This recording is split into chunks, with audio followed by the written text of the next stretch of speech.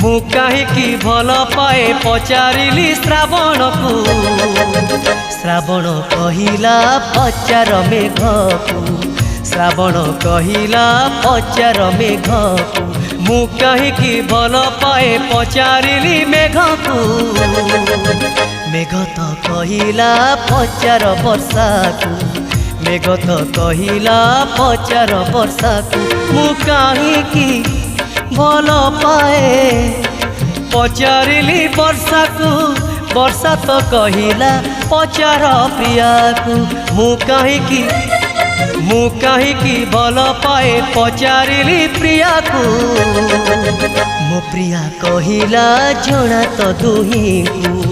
मो प्रिया कहिला जणा तो दुही को